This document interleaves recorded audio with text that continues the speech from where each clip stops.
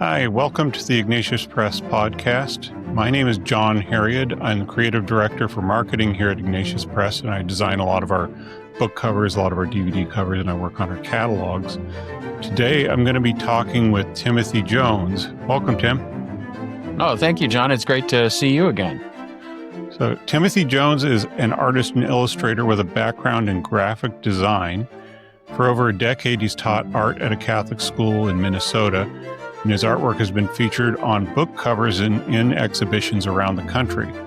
His painting of G.K. Chesterton is featured on the cover of In Defense of Sanity, the best essays of G.K. Chesterton. Two of his Marian paintings are featured in the collection of prints in the Catholic Home Gallery. And his most recent work for Ignatius Press is the cover illustration for Tales from Walking Wood by E.P. Cowley. And all of those books are available from Ignatius Press at ignatius.com. So I wanted to dive into some questions here, Tim. Sure enough. First I have is, people say don't judge a book by its cover. At the same time, it's kind of the responsibility of a designer and artist to make a book that both conveys the message of what you're about to read and makes it look attractive. What makes a book cover good in your opinion? And what role would you say art plays in that? That's a probing question. It's an important thing for the artist to think about, even though it's not something I guess that I consciously put to words. But I would say the first thing is for me is to evoke kind of an atmosphere or a mood that is faithful or true to the material.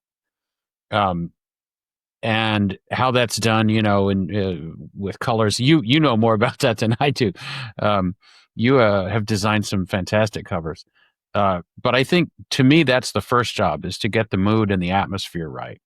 And then, depending on the audience and the book, who the book is aimed for. So, to tell a little bit of the story or to set up the story, in a way that catches attention and invites people in.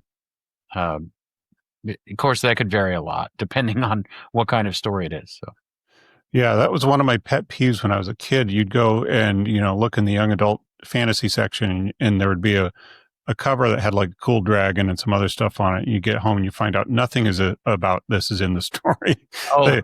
It was all in the marketing.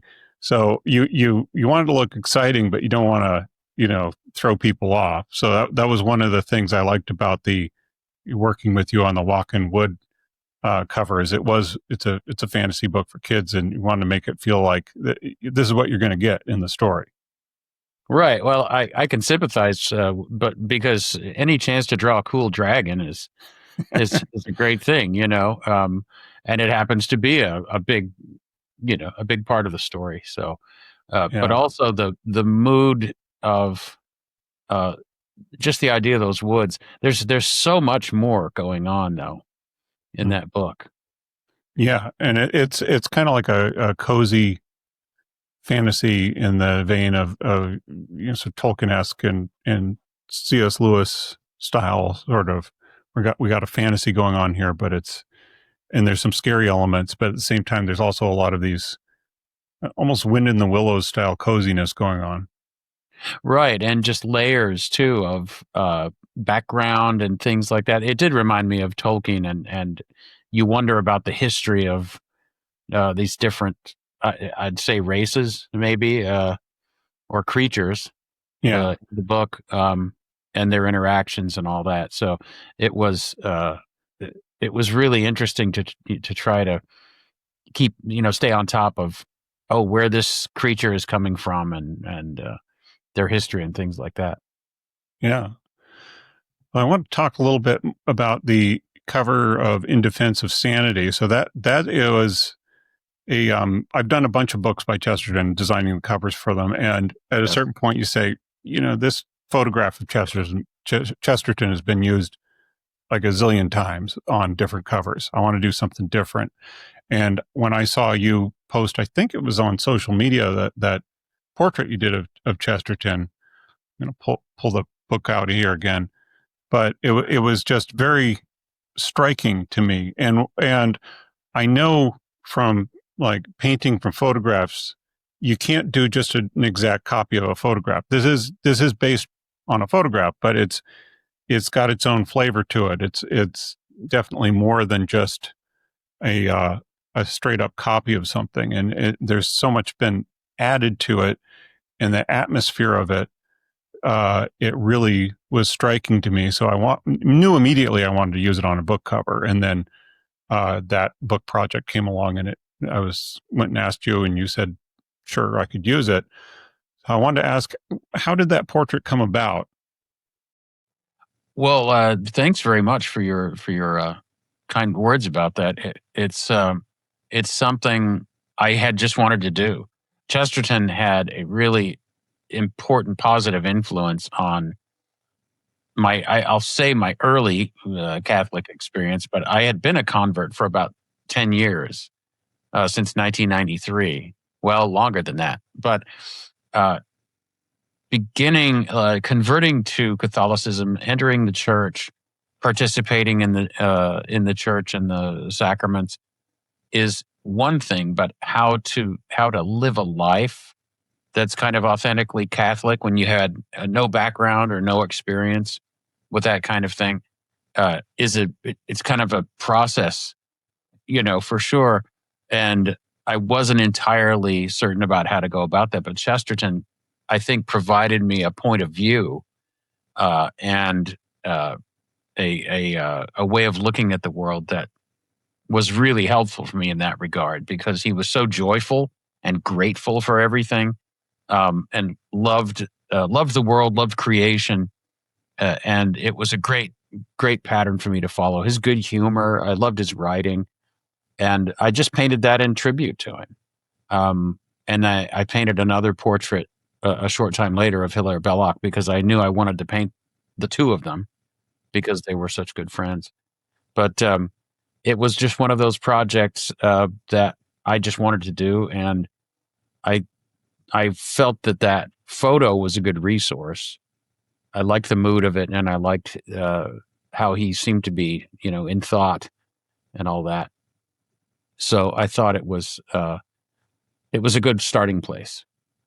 Yeah, if people go to your website, which is timothyjonesfineart.com, I believe, you can see the portrait of Belloc, and it's striking to see them together because Belloc, of course, if you know much about him, Hilaire Belloc, he was much moodier, had a bit of a tempestuous side to him that Chesterton didn't, and the portrait you did of him really captures that I think there's like a moon in there. He kind of gets that little bit of that.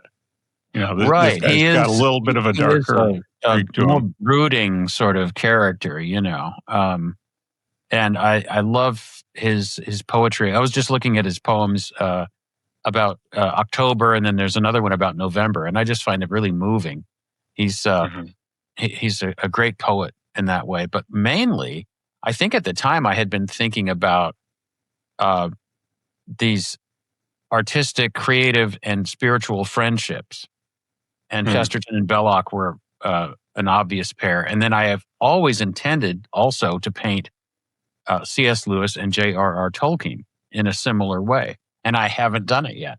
And so it's been that long that I've been thinking about doing another pair of portraits about, I think, reflecting spiritual and creative friendship, which is something that I guess I envy them a little bit, Yeah. But I'm very grateful too for the kind of friendships that I have here, even in the Twin Cities. That though they're maybe not artistic friendships in that way, they are creative in a sense too. And it's for artists, it can be kind of difficult to cultivate that, because the kind of art I do and the painting and working in pen and ink it's kind of very solitary, Yeah. something you do in your studio. So to create friendships like the Inklings, for instance, yeah, I'm kind of in a good way. I'm sort of envious of that and would like to create more of it. So Yeah, I remember attending your housewarming party when you moved into your current home. I just so happened to be in town at the time, so I came by with my wife, yes, Lathia, and do remember being struck by the circle of friends you had gathered around you, that you were all out there in the backyard around a fire, and everybody was having drinks and good conversation. And it really seemed like the sort of things that get highly valued in the works of Tolkien and Lewis, like the well, friendship. that is the group I'm so grateful for here locally, which Mhm. came through teaching at my school, but has expanded, and it's I always feel grateful to be secretly I'm allowed to be here among these smart, creative, great people. So Okay, yeah. Well, I wanted to also talk a little bit about the Catholic Home Gallery. Now, this is a book that I kind of begged into existence. I kept nagging people, or I wanted to do this because I kept hearing people say stuff along the lines of, Catholic art is classic Catholic art is great. There's just no good art being made these days. Art right, was always referred to as in the past tense, and I know that's not the case because I know so many great Catholic artists that are working today. Not just Catholic artists, just artists of all types. And so when you say there's no great Catholic art or no great art being made today, it just shows you aren't looking around for it. You really aren't exploring this at all, if you can say this right. sort of thing. So I I will wanted to say, put, yeah, go ahead. I just wanted to put these all together so people could see, like, here in one place, here's some examples. Yeah, that was a fantastic idea, and I loved that you pulled it together in the way you did, especially that it's really frameable art. It's on Yeah. really good quality stock and everything. But you're right. I think you really have to seek it out. But I follow a bunch of artists on Instagram and places like that, and I really believe there are probably more great artists working today than ever in history. That But could be the case. Yeah. you have to seek them out, and of course, we're all competing with each other a little bit in that way Yeah. too. So, but it's not something that's going to make you a viral TikTok star or anything. So Yeah. Well, to go into the ones that I chose for this collection, I just wanted to talk a little bit about each one. One is the Immaculate Heart of Mary, which is a very warm, motherly, realist sort of depiction of Our Lady. She's looking directly at us, and I was wondering, were you drawing on any specific traditional images or gospel passages when you painted that one? again, I was to my mind, I was still a fairly recent Catholic. In those terms of trying to create Catholic art was a new thing for me. But I don't guess I had specific passages, but I was trying to get a sense for uh, the Immaculate Heart in a way, like you said, that was warm, like with a mother's tenderness.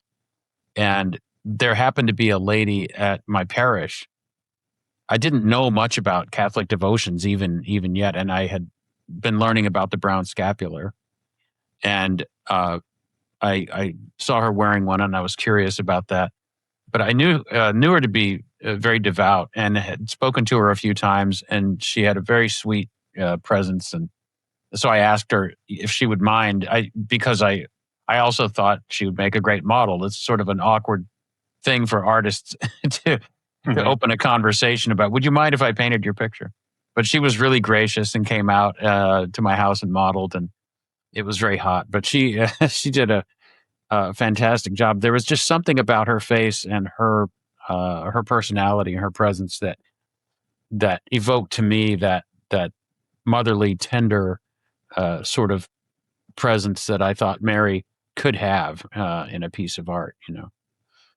Hmm. And it's a Yeah. it's a very difficult kind of thing to nail down because there are so many ways you can interpret in art the Blessed Mother or any of the figures of our faith. Yeah, well, after this book came out, somebody asked me if why I chose so many Marian pieces, and I honestly hadn't noticed as I was putting it together. I guess I just gravitate towards images of Our Lady. But yeah, there. If you look at the number of Marian images in there, they outweigh the other ones. Well, I expect probably in Catholic art, Mary is maybe the number one, aside from the Lord, and I don't know. I don't know about that, but I expect that's something that you will see a lot in Catholic art. And I don't know. I think that's kind of great that it ends up being very Marian. Yeah. And the other one that I chose for this was Mary, Queen of Heaven, and that one is it's actually behind me on the wall, or but I framed my. It's one of the ones I have framed in my wall, but it's a much more symbolic representation of Mary. It's less portrait style and more into the various Marian symbols. And I wanted to know, what references were you drawing on to paint that one? Well, Our Lady of Guadalupe, I'm sure, which Yeah. you could see from that. But I've always had an interest in astronomy and was trying to interpret this idea of the lady clothed with the sun and with the moon under her feet, and how to portray that in a way that was new, that hadn't been done, but was also faithful to the imagery and the symbolism. And that just occurred to me, and I really wanted to paint it. And so those two portraits are so different because one, I was working from a model, and I loved that process. This one was completely from my imagination, except with the inspiration of Our Lady of Guadalupe, but I really wasn't looking at anything. I was just sketching. And I was really gratified to have the response I got to that one, because it's not something where I had a model or something to work from. So I sort of go back and forth. I have an idea for a lot more Catholic type paintings, a series of the mysteries of the Rosary, actually. And I always kind of go back and forth about imagination and using models and things like that, because sometimes I do need some inspiration from a model and form and light and things that I can have to take off from.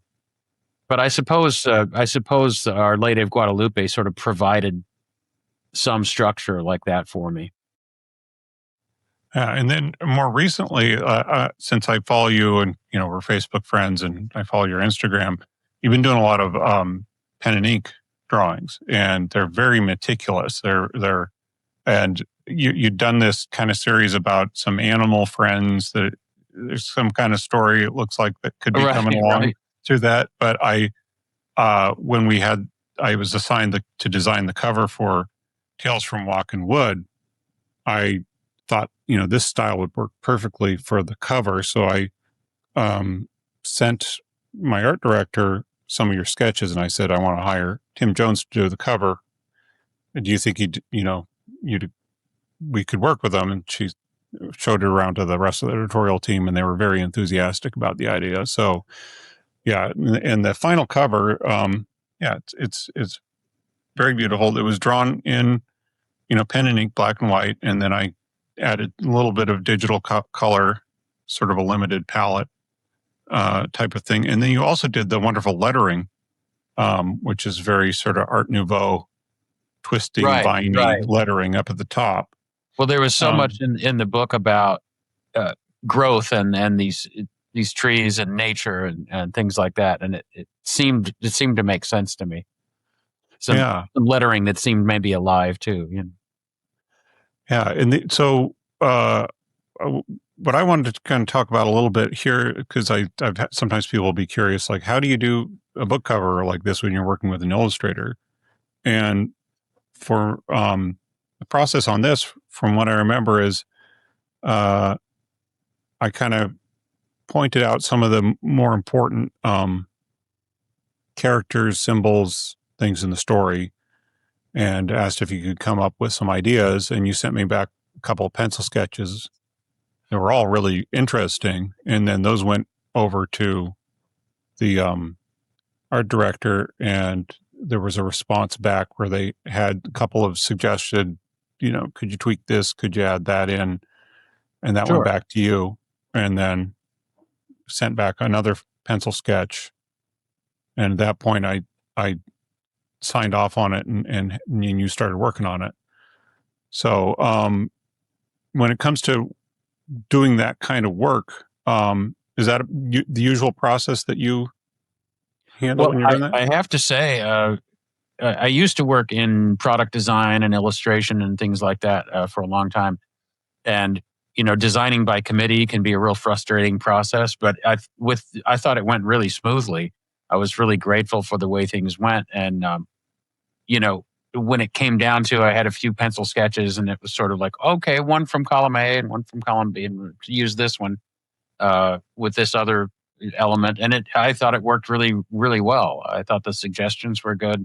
It was great fun to do. I hadn't done really any pen and ink drawing in a serious way until a couple of years ago, maybe with Inktober, if people are familiar with this Inktober phenomenon. And it just seemed like a great way to do a little art. With teaching school, it can be hard to find time to do my own art. And so I thought, well, this is something I can do in a short period of time. That didn't actually work out. Sometimes I would end up spending 2 or 3 hours on these drawings, but I actually enjoy that process a lot. And doing these Inktober drawings reminded me of how much I really love working in pen and ink. I hadn't done it in a very long time.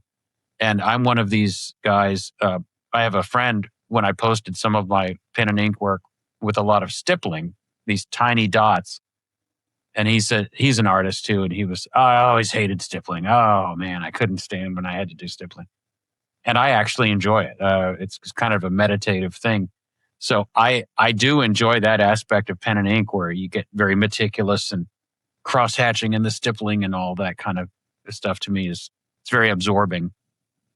So I enjoyed that a lot. And so I started doing more pen and ink just as a way of making some art again in a way that I could keep up with. Yeah, I always enjoyed doing Inktober sporadically. I think I got almost all the days this past month, except for the last 3, when we had some stuff coming up with Halloween. I was not able to wrap it up, but I did the Saint of the Day. Right. And I really liked those because you have a great way of expressing in just a few lines. Are those behind you there? Is that what on the wall, there's some of them. I did them on Post-it notes to keep But you capture the essence there in a simple drawing, which is fun to see. I tend to get more wrapped up. I let myself get carried away with the technical aspects sometimes. I didn't keep up much. I didn't do very many this year because I had a lot of other things going, and also if it was just fun. It's such a fun thing to do, and if it gets to feel like an assignment or a chore, it's not as much fun. So I just I didn't worry about it, but I did a few. Yeah. Oh, yeah. It's been really fun to see all the different drawings that you came out with. But yeah, I'm hoping that a lot of people will be. If people want to read Tales from Walkenwood, remember to order it from Ignatius.com. It's a great book for kids and fun fantasy for adults. So I think it's almost like like a lot of the other, I would say, kind of mid-century fantasy books. That works for an adult audience as well as for a kid audience. It's a good read. It was really inspiring to do that kind of pen and ink work again, and again working from imagination completely. I guess with the exception of the 2 figures, I did find a couple of figures to base those on, but it got me working on. I got some really great positive response to what I was posting, so I started working on sort of my own idea for a story with some pen and ink illustrations, and so that's always in the back of my mind now too. Yeah, well, that's one of the other questions I had is, what other projects do you have kind of up your sleeve right now? Well, there's that, which now I understand. I've never tried to, write anything seriously before. So now I understand all these writer friends I have who are struggling to get things written. And there's that's kind of in the back of my head. But this series of the Mysteries of the Rosary, which is something I've wanted to do for a very long time, and just had to stew about how do I want to proceed with these? What am I after? And it's a tricky question in the modern age of how do I stay true to the tradition and to the faith without simply reproducing the kind of art that people were doing 100 years ago or 150 or 200, to make it relevant and current to our present age. It's a balance, it's a real balance. I want to create something beautiful and captivating, but try to make it something that maybe people haven't seen before exactly. I love icons, and so I'm trying to think of a way to make each scene about that particular event more than kind of how people were feeling or things like that. So I'm trying to keep them very simple. So that's one. I think that's enough right now between the book and the Mysteries of the Rosary. And then I always have I paint leaves a lot, and if I just see a leaf, maybe I'll do a painting. I have one right now. I'm trying to add to my collection of leaf paintings, but other things that just that I come across and just want to paint. Yeah. Well, yeah, I've got one of your leaf paintings, which I like a lot, and actually kind of two, because the Fallen Sparrow also involves a leaf. Oh, that's right. So, but yeah, the two paintings that I have from you are very autumnal in nature. Right, and it started a long time ago, and it was. I remember when I discovered Leaf by Nigel, Tolkien's short story, and how it seemed, I really identified with Nigel in this story because he's just obsessed with leaves. But it started a long time ago. But I love they're no two alike. Yeah. So going back, kind of as a time shift here, when did you first realize you had an interest in art as a kid? Oh, it was. I can't remember when it started. It was. I was one of those. I would be really happy to just sit in the corner and draw with crayons. So my mom would cut up shopping bags, paper shopping bags, and I would just draw on those. And as long as I had paper and crayons, I would just keep drawing. But my mom was also an artist, a hobbyist. She enjoyed painting, and there were art supplies in the house always. And I know she inspired me to, pick up a brush and try things that I might not have had in another setting. Her appreciation for it, and she took art lessons and things like that. And so I was always encouraged. Both my parents encouraged me in the art. Neither they nor I knew what in the world I would do with it, but I was always encouraged because it seemed to be like going into college. It just seemed the natural direction. So it kind of happened inevitably almost. It seemed like it was always going to be that way. But how you then shape a career or job sort of situation around that is always the tricky bit. Yeah, like when you were a kid, like what were the kinds of art that you encountered that were really kind of spurring that creativity that you felt? Well, I loved the art of Charles Schulz, the Peanuts, comics like that. That was really inspiring to me. Just all kinds of things. Norman Rockwell. We actually, when I was younger, still got the Saturday Evening Post. I think it was still being published in right around 1970 or something like that. I forget when they stopped, but I was very aware of Norman Rockwell, and I always was captivated by that. although I never thought I could do anything like that.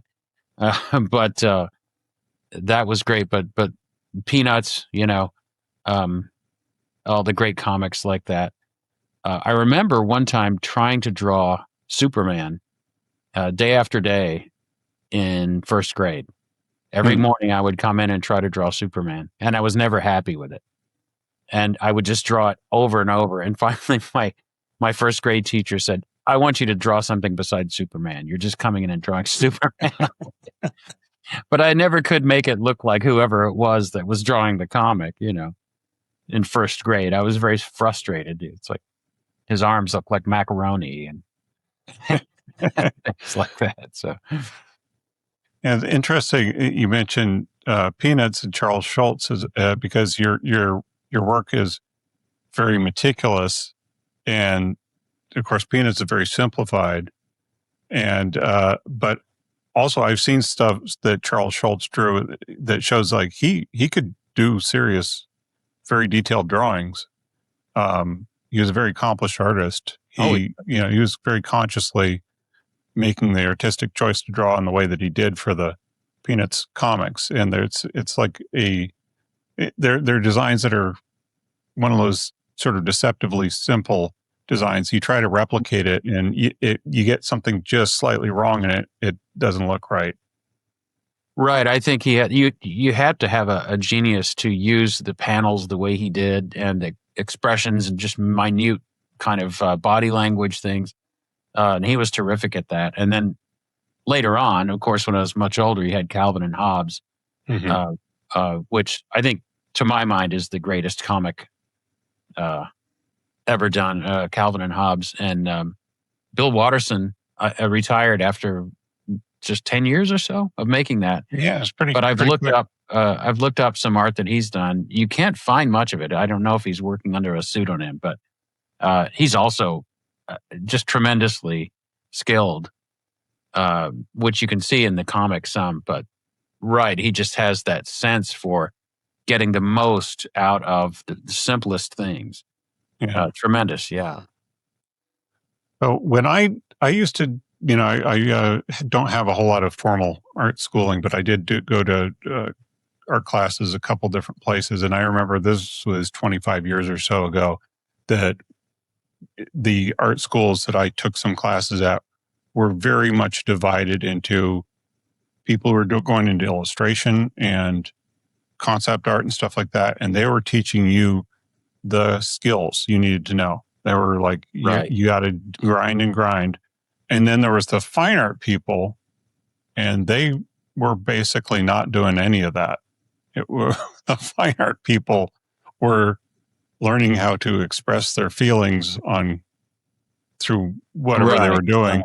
And I remember thinking at the time, like, this is a real disservice to the fine art people because you're not giving them the skills they need to actually express themselves. I saw that divide when I was in art school in a slightly different way. The graphic art department, right, was more focused on building skill on skill and composition and color theory and all that. And when you got into the fine art, it was a different sort of vibe. But I saw the difference too in undergraduate. My undergraduate work was really very instructive and helpful. And I remember, learning new things that I wouldn't have known in my undergraduate degree. I did get a master's degree in fine art too, which was more like what you were talking about. I like to say I have a master's in fine art, but I'm recovering. So, and they were good people, but at that time, questions about what art was for, what it was about, were really difficult for people to sort out. Yeah. But the art history I always found really very helpful. In fact, I was shaped by a lot of Catholic art before, when I was barely a Christian and never thought about being Catholic. But, you see this fantastic art in the art history courses and go, wow, I would love to do that. I'd love to be able to do that. Yeah, that's one thing that I have noticed in the last 25 years or so that I've been more aware of art education is that there has been a real resurgence of appreciation for traditional methods. And so a lot of the places that I've gone to, even, in California as well as here in Cincinnati, a lot of the artists there are they're really interested in learning the methods that really help you communicate brain to eye to hand and put it out there on paper or canvas in ways that like 25 years ago there was still this very almost hostility towards that, and a little bit of politics about it too. Like sometimes there was like this, the people who are learning the realist methods, like there's something politically suspect about this whole method that you'd hear from some of the fine art people, and I'm not really sure exactly why that divide happened, but I'm glad that it seems to be healing these days. Right.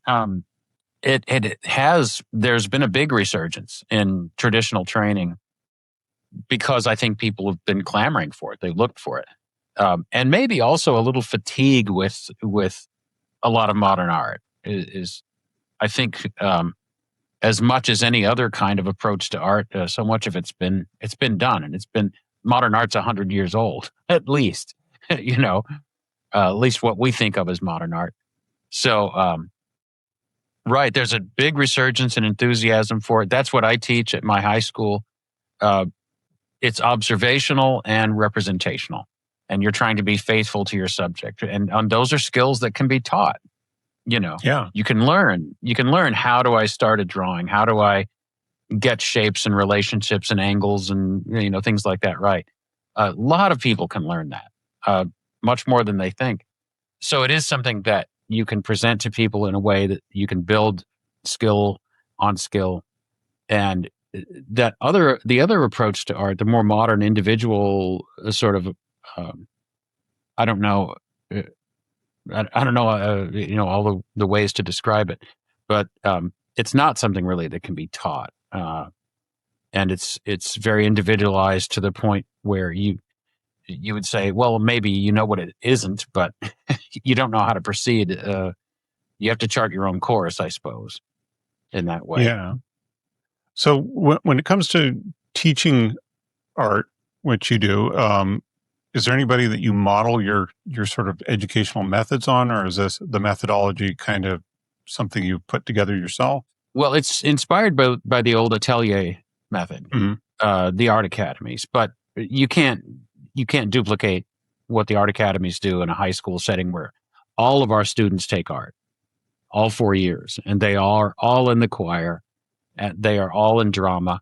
So you gear it toward the average student who's coming in who maybe hasn't done much of this before at all, and so it's built on these skills of first, how do you compose a drawing, where do you put things, how do you get shapes right, and then you move on to more sophisticated kind of materials, charcoal and oil painting. And then as we get further along, their projects become more ambitious and take longer, and they're really trying to create some beautiful things. The first year is mainly about it's kind of like learning scales if you're learning a musical instrument, or dance steps if you're learning ballet or positions. It's kind of a basic, reinforcing of basic skills. But as we go a little farther, then it becomes more creative and trying to create something of real beauty, Yeah, I mean that's one of the things that I hear a lot from people when I'll show them some stuff that I've done, and I'm nowhere near on your level as far as artistic work. Yeah, I But don't know about that. they, but they will say, "Oh, I wish I could do that," and I think there's this misconception that like somebody who's artistic, they have this creative spark it's in them from the beginning, and if you don't have that, then there's no hope for you. They don't view this as a craft, Right. and That's Yeah, I mean, it's something that for a lot of people, you can be trained to do it. Almost anybody can learn how to do basic drawing. It's about seeing the method of seeing and how you transfer that to a surface. It's Right. If you're interested in it, you can definitely learn to do it. I think that there's a myth of the creative genius that holds people back, you know. mhm. And I try to disabuse my students of these ideas. I show them drawings by Leonardo da Vinci or Michelangelo, and where you can see they've made corrections, where they've moved lines or things, and I try to explain that it's a process, that they don't sit down and just do that.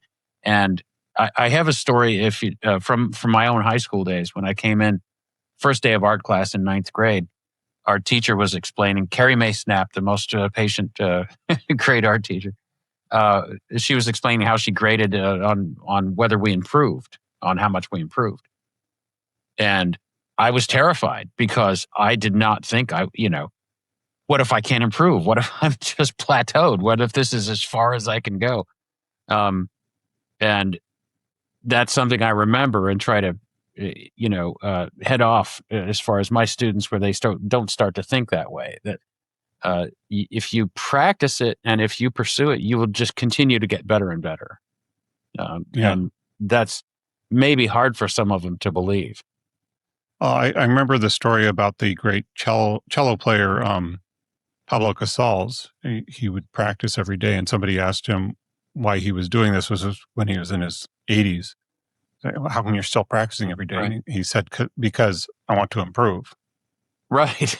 Right. Uh, yeah, I mean, It's absolutely true, and especially in the arts or in fine art, because unlike being an athlete or something like that, where you might peak young, you know, mhm. uh, a lot of artists just continue to improve and they develop.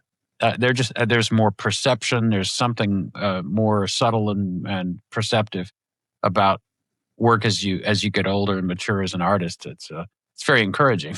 So Yeah. And every year there's like a kind of a big exhibition that your students will put their work in. And every year when I look at it, it's incredible to see the kind of work that these young teenagers are doing. It's amazing. If you were looking at it and nobody told you who did this, you'd think that this was some fairly accomplished adult amateurs doing this work. And in right, some right. cases, it looks like, not just an amateur, but a professional artist. And so, like I said, either you have some incredible outliers who go to your school every single year, or you're doing an amazing job as a teacher. And Well, that's certainly true that we have some incredible students who come in who are they do have the love for it. I think that's the main thing. They're patient and will work at it. They're very teachable, but also they just have this great love for doing it. So I'm continually surprised at what they do every year. I do have This is my wall where I have student work that some students have kindly given me, or things like that. So it's really gratifying to see that every year, and I like that we do that. One of the things I enjoy most about that art show at our gala every year is that a lot of adults who come in and haven't seen it before, they had no idea high school students could do that, yeah, and they are sort of bowled over. But it was this approach to fine art was baked into the school curriculum before I got yeah, there, just a commitment to giving students an opportunity to sing this beautiful music. And that sounds like our concerts at the school sound like college level concerts. They're just amazing. The plays are wonderful, and this art show that these students, and it's really just putting the opportunity out there in front of them. yeah. That teenagers are very capable of doing some very profound work if they're given a chance to do it. You know. Well, I hope, if not, pride in in what you do, at least an immense sense of satisfaction that you Very see much. all these young people creating these things. Right. And a lot of times, people will credit me for it, but without the work that they're putting in and the dedication to it, just their own equity that they put into the process, of course, it couldn't happen. So they're just tremendously good students. I love to be able to shepherd them through that process every year. It's immensely gratifying. Yeah.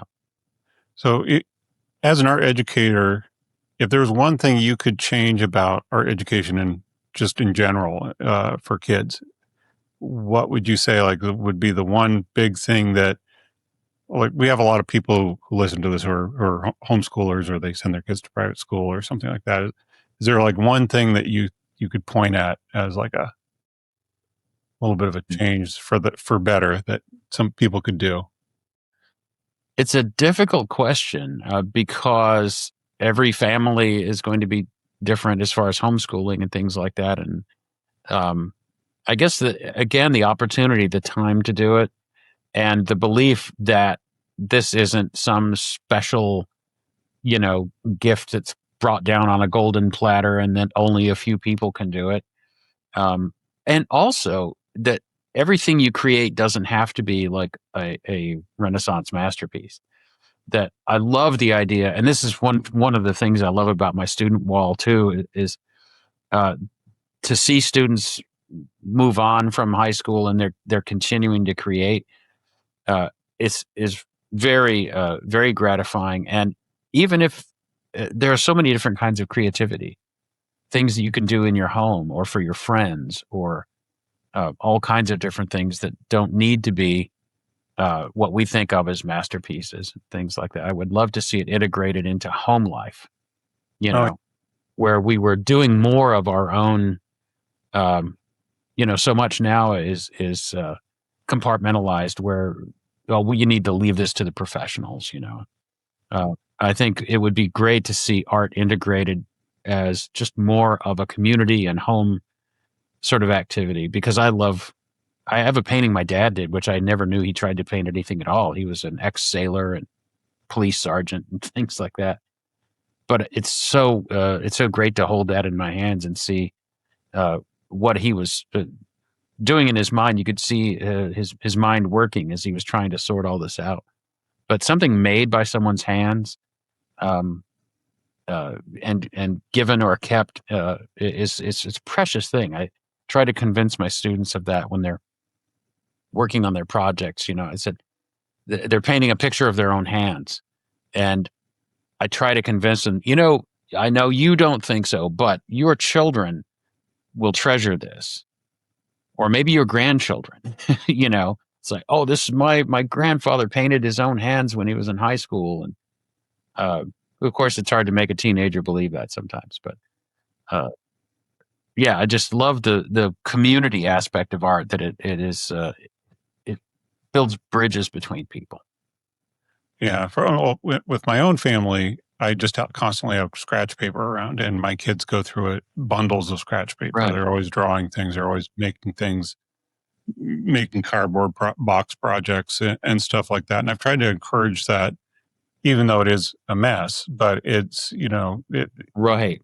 it makes them feel like I don't have to be taking everything prepackaged. I can enter into these things and make my own things and create my own characters, make my own stories, and they all do that. And now my oldest is now 18, and he's doing really interesting creative things on the computer. And my daughter is a spectacular artist. I think she's in her teens. And I don't know how much of that would have happened without just being given free reign to make a mess every day. Right. I think maybe that's what I was trying to get at, is that free reign aspect, is giving kids room to create, not as a lesson, Yeah. Now, when you're teaching in a brick and mortar school and you have a 4-year curriculum to get through, and of course you do think in terms of lessons and moving on, but that ability to just stretch out and providing them with materials.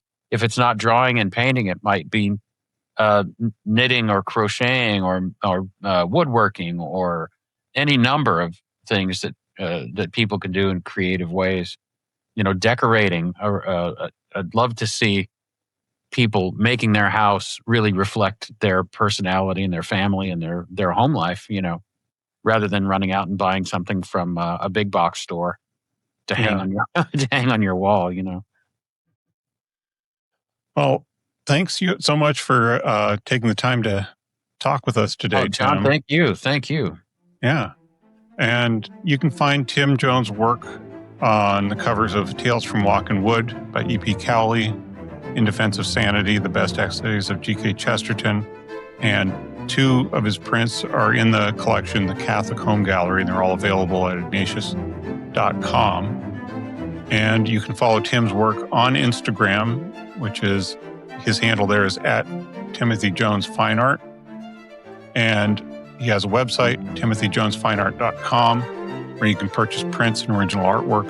And we'll put links to this in the description text under the episode of this podcast as well, so you can find it there.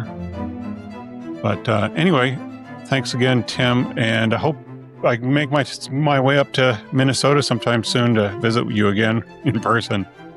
Or meet out to Ohio, maybe. That would be fantastic. So, all right. Yeah, it's great to see you. Thanks for inviting me on here, and it's been a great discussion. I love to talk about these things. Thank you.